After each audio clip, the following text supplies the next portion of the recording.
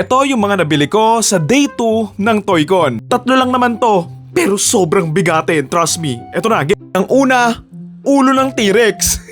Alam naman siguro ng karamihan at paulit-ulit ko nga sinasabi, favorite movie ko ang Jurassic Park. And so, nung nakita ko to, binili ko agad.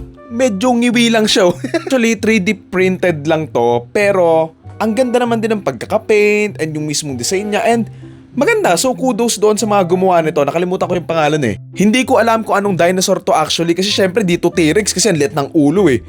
Pero syempre di rin to aso kasi maliit yung ulo ng aso eh. Personally, hindi ako masyadong fan ng mga 3D printed na mga items pero nung nakita ko to, ang ganda niya tignan. I mean yung pagkakapaint pa lang. And wala siya yung bakas na parang guhit-guhit. Ang smooth naman din niya. Masyadong alam sa mga 3D printer so hindi ko sure if hinand-paint ba nila to or meron ng kasamang pintura yung sa 3D printer. Ang ingay! Natatawa nga ako nung inuwi ko to. Medyo nahirapan akong buuin siya kasi nga yan, magkahiwalay yan. Ayan o. Tapos ito. Tapos pag binabalik ko yung ulo, tabingi. Ayan o, diba? Tabingi. Parang gano'n. Anyway, ayun, skull ng dinosaur. Next na tayo. Honestly, hindi ako super fan ng laman nito, pero binuhat naman niya yung Lakers ko, so let's go! LeBron James! Ito ang pinakauna kong Barbie figure or Barbie doll. Yung Barbie LeBron James and ang ganda niya tignan, no? LeBron James! Mga hindi nakakaalam, ito yung collaboration ni LeBron with Mattel. So, ginawan nga siya ng Barbie. And mas maganda sana kung naka-jersey siya o naka-Lakers uniform. Pero okay na rin naman to kasi at least, diba? Para siyang pwede mo i-partner kay Barbie lang din talaga. Sorry, ayoko siyang buksan. So, papakita ko na lang nga sa inyo mula sa... Ito nga si LeBron. Nakasulat nga The LeBron James Family Foundation. And yung itsura ni LeBron dito parang naka-makeup no? Alam mo yung sa pilik mata? Kaya naka-varsity jacket nga siya, tapos meron din siyang bag. Hindi ko lang makita ano yung nakasulat dun sa mismong t-shirt niya or sweater. Ito yung suot niya, and ito yung sapatos niya. May shades pa siyang kasama, and gold watch, and nakasulat nga dito na Ken Ambassador na nga si LeBron. Likod, ito yung nakasulat, and ayun. Cute naman ni LeBron sa picture na to, parang ang bait-bait no? Anyway, ito nga si LeBron James Barbie doll, and ang tagal ko na tong gustong mabili. Actually, tinry kong abangan to pero ayun, naubos nga agad siya doon sa Mattel na website, and luckily nakita ko nga to doon sa Toycon, so sabi ko talaga, bibiling ko yan. I mean, mas gusto ko si Kobe, pero LeBron, binuhat mo na yung Lakers ko. Binigyan mo pa kami isang championship, so alam mo yun, huwag ka muna mag-retire, teka lang. Okay, pinakalas, pinakamalaki, and feeling ko, parang ito yung pinakamahal kong figure ever. Tada! Ang ganda nito! Figure na to ay galing sa isang movie na sobrang paborito ko since bata ako and kaka-review ko lang. At ayun nga, yung Real Steel. Ito yung yung boxing ng mga robots. One of the main reasons kung bakit bumalik ako sa day 2 is para bilhin to. Kasi medyo namamahalan ako noong una pero sabi ko, ngayon lang naman ako nakakita So, alam mo yun? Might as well, di ba? Sayang naman, baka hindi ko na mabili. So, yun. Ito pala si Ambush. Woo!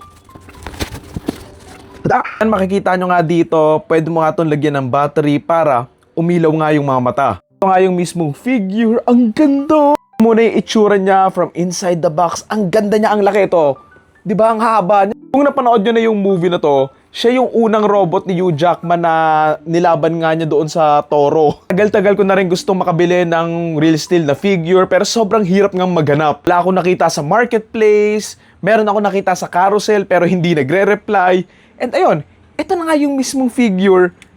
And ang ganda niya. Wala ko nga nung naglalakad-lakad ako doon sa Toycon tapos nakita ko yung box. Familiar na ako doon sa itsura ng box kasi nga napapanood ko yung mga reviews about this figure. So nung nakita ko sabi ko, Real Steel ba yun?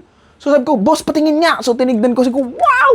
Kaso ang mahal niya. So pinag-isipan ko talaga nung day 1, tapos hindi ko binili. Kaya nung day 2, ayun, bumalik ako. Actually, hindi naman si Ambush yung first choice ko kasi mas gusto ko pa rin si Atom or si Noisy Boy. Pero ayun nga, wala Meron sa mga ibang bansa pa manggagaling and sobrang mahal.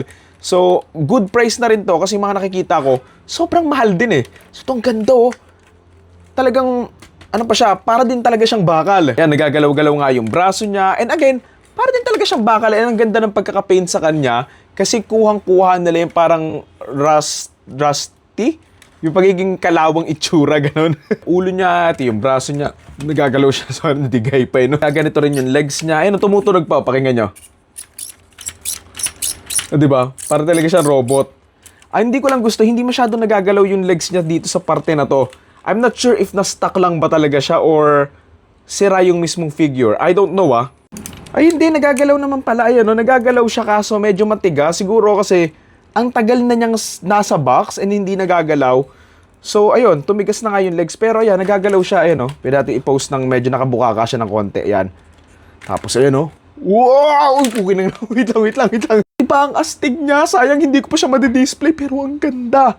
Sobrang sulit yung pagbalik and pagbayad ko ng malaki dito. What I love pa about this figure, sobrang lapit din talaga ng itsura niya doon sa mismong movie. And again, umiilaw yung mata niya pero wala kasi akong battery so hindi ko matetest if gumagana pa ba. Medyo may edad na rin kasi tong figure na to. I think na-release to around 2011 or something like that. So, halos 10-15 years na siya. And ayun, ang ganda niya. So, sobrang sulit yung binayad ko dito. Bukod sa maganda nga yung mismong movie, ewan ko ba, since bata din ako, mahilig din talaga ako sa mga robots na malalaki. So, alam mo yun, ang ganda talaga. Dito pa lang, sobrang sulit yung binayad ko sa Toy-Con kahit masikip, mainit, tapos maraming tao. Yung itsura ng mismong figure, di ba ang ganda? Mukha talaga siyang luma at saka nadaan sa gere. Tignan mo, ang ganda ng pagkakapaint, may mga lubog-lubog pa nga siya kasi nga 'di ba nakikipag-boxing nga siya tapos luma na nga siya. And ayun, ang ganda niya lang talaga overall. Mga merong Atom or Noisy Boy dyan, baka naman bigyan nyo naman ako ng discount, sa akin na lang. Anyway, ayun lang naman, ito nga yung figure ng Real Steel, nakabili ako nung Barbie Lebron, tapos yung ulo ng dinosaur, yun lang yung nabili ko sa day 2 kasi wala lang.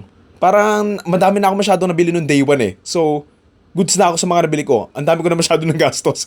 I'm so happy na nabili ko talaga tong Real Steel. Ang tagal ko na nga tong ina-eye out. And buti nakita ko siya and napansin ko rin yung mismong box. Kasi kung hindi ko makikita yung mismong box or kung hindi ko alam kung ano yung box niya at all, hindi ko malalaman So yun lang naman yung haul ko for day 2 ng Toy-Con. And hopefully maka-attend pa ako nung next. Sana may pera pa ako noon. And let me know kung meron mga parating pang toy fair para ma-attendan ko and ma-plot ko doon sa calendar ko if ever. Para kung may pera pa ako, makapunta ako. Yun lang.